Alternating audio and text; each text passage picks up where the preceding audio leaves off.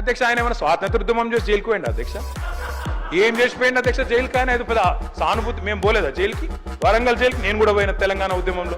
Yes ఉన్నాం, అక్కడ బరాబర్ ఉన్నాం. మీరెందుకు పోయినరంటే నేను అడుగుతున్నా ఈరోజు. ఎస్ మీ ఇంటికి ఇవ్వాలని జూబ్లీ హిల్స్ ప్యాలెస్ మీదకి ప్రైవేట్ డ్రోన్ పంపితే ఊకుంటావా?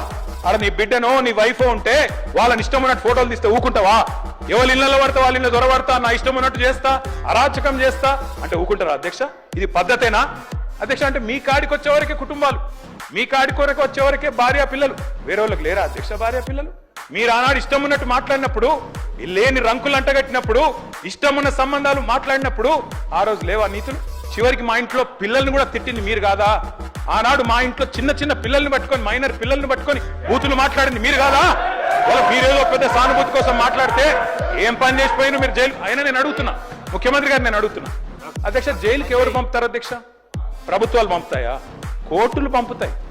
కోర్టులో మీరు ఛాలెంజ్ చేసినారు, నన్ను రిమాండ్కి పంపొద్దు అని మీ లాయర్లు అడిగినారు. కోర్టు కాదు మీరు జైలుకే పోవాలని చెప్పింది. మేమేం చేస్తాం దానికి? రిమాండ్కు పంపేది మేం కాదు సార్, మీరు కాదు. ముఖ్యమంత్రి గారు హుంకరిస్తున్నారు. నేను అనుకుంటే అక్కడ ఎవరు మిగిలరు. నువ్వు ఏమనుకున్నా ఏం ఫరకు పడదు, నువ్వు ఏం చేసుకున్నా ఏం ఫరకు పడదు. నువ్వు అనుకుంటున్నావేమో పదవి శాశ్వతం, అధికారం శాశ్వతం, ఏది శాశ్వతం కాదు.